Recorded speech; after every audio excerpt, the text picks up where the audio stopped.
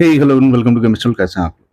देखिए आप अगर आईटी जेईई नीट की तैयारी कर रहे हो या किसी भी अलग कॉम्पिटिटिव एग्जाम की तैयारी कर रहे हो, एक ऐसा टॉपिक है जो हमेशा कंफ्यूजन क्रिएट करता है और वो है यूनिट्स ऑफ प्रेशर।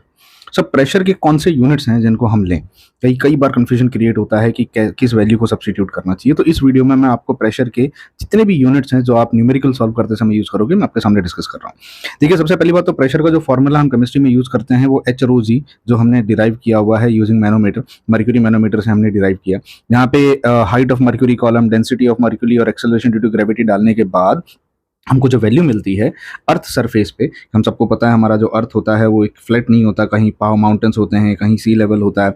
तो हमको ये समझ में आया कि सी लेवल पे, यानी जहाँ पानी है वहाँ पर अगर आप उस मैनोमीटर को रखते हो तो हमको ये समझ में आया वहाँ जो प्रेशर हमारे ऊपर गिरेगा हम उसको कहते हैं 1 एटमॉस्फेरिक प्रेशर। और ये जो 1 एटमॉस्फेरिक प्रेशर की जो वैल्यू निकल के आई, that came out to be 1.01325 into 10⁵ newton per metre square, जिसको हम पास्कल भी कहते हैं। बहुत सारी जगहों पे इसको पास्कल लिखते हैं, ठीक है। तो पास्कल और newton per metre square is same.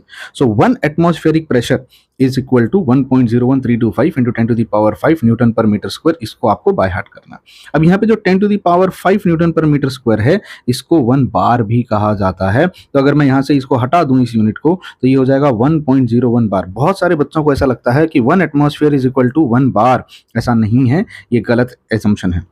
क्योंकि अगर आप ध्यान से देखें तो 10⁵ न्यूटन पर मीटर स्क्वायर को हमने वहां पे 1 बार लिखा हुआ है। तो 1 एटमॉस्फेयर इज इक्वल टू 1.01 बार। इसके अलावा आप देखोगे, अगर मैं मर्क्यूरी कॉलम की जो हाइट होती है, जब आप उसको सी लेवल पे रखते हो, यहाँ पे सी लेवल पे जब आप उसको रखते हो तो वो 760 मिलीमीटर चली जाती है। यानी आप जो मर्क्यूरी का कॉलम लगाते हो वहाँ पे वो 760 मिलीमीटर चली जाती है। तो हम 1 एटमॉस्फेयर को 760 मिलीमीटर ऑफ मर्क्यूरी भी कहते हैं।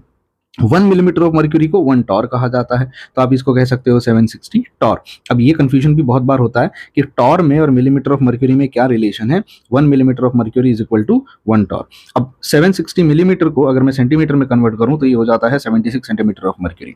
तो ये यूनिट्स हैं जिनको आपको याद रखना है एट एनी कॉस्ट। यही यूनिट्स आपको काम, अगर आप मुझसे पूछो इसमें सबसे ज्यादा कॉमनली यूज यूनिट कौन सा है, तो मैं कहूंगा सबसे ज्यादा कॉमनली यूज, अगर आप देखो सोल्यूशंस क्वालिटी में आपको ये काम आएगा, वो ये वाला यूनिट है।